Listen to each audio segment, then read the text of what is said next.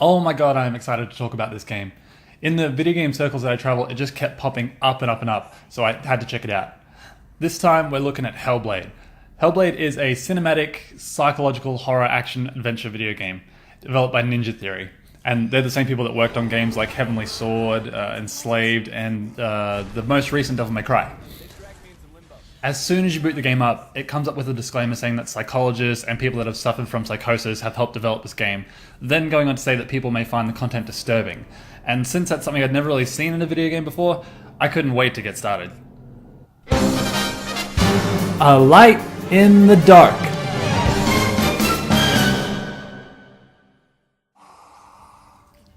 The protagonist in Hellblade is named Senua, and during one of the best opening sequences I've ever seen in a video game, it becomes crystal clear that she is suffering from some serious mental health problems, showcasing that not only is your main character Senua, but all of the voices in her head as well.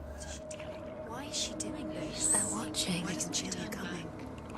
She's doing this for him. She wants to rescue him. He's already dead. Feel you coming. Not long after the intro, you'll realize that the voices are both a gift and a curse. Throughout your whole adventure, you'll hear whispers in your ear to guide you, and in combat, they'll sometimes tell you to duck, or they'll let you know that something is behind you.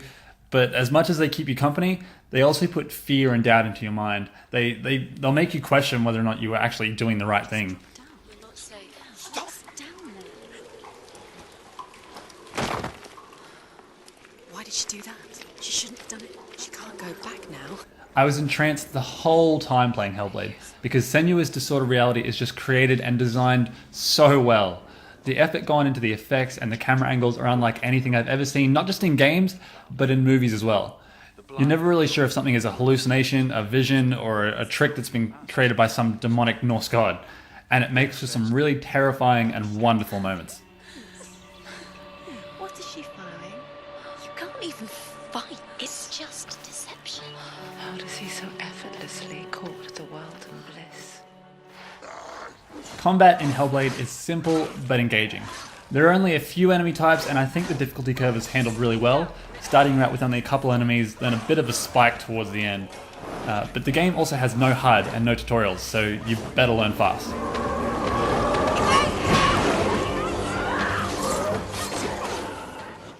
The seed of the soul. I think some people might argue that the combat is boring and repetitive, but about 20 minutes into the game, it puts the fear of permanent death over your head. Essentially, for me, it made every step from then on just carry so much more weight and consequence. So for me, the combat never really got old, and it was still satisfying all the way through the 7-hour adventure.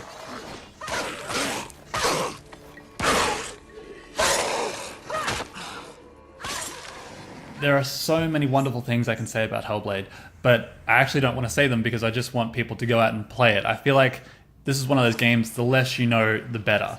But for me personally, it was one of the most unique and captivating games I've played not only this year, but in all my years of gaming. The only negative for me was that there are a couple repetitive puzzles, but since the game is really short, I never really got bored of those either. And then on top of all that, there are some really terrifying and heart-pumping sections that just add to the thrill. Like every creak, every snarl, every whisper, and every sound effect is just so crisp and clear that I really think Ninja Theory deserves an award for it. Tilly, there's something in you. Do you see it? No. Then it cannot see you. Quietly move past, one step at a time. If you like third-person adventure games, please buy this game. Just make sure you wear headphones when you play. It truly is a unique and different experience in gaming that I just can't say enough good things about. It's cheap on the PlayStation Store, it only costs like $40, so it's not much of a risk for what I think is an incredible reward. For me, Hellblade is this year's hidden gem that just came out of nowhere, and it's an experience that I'll not soon forget.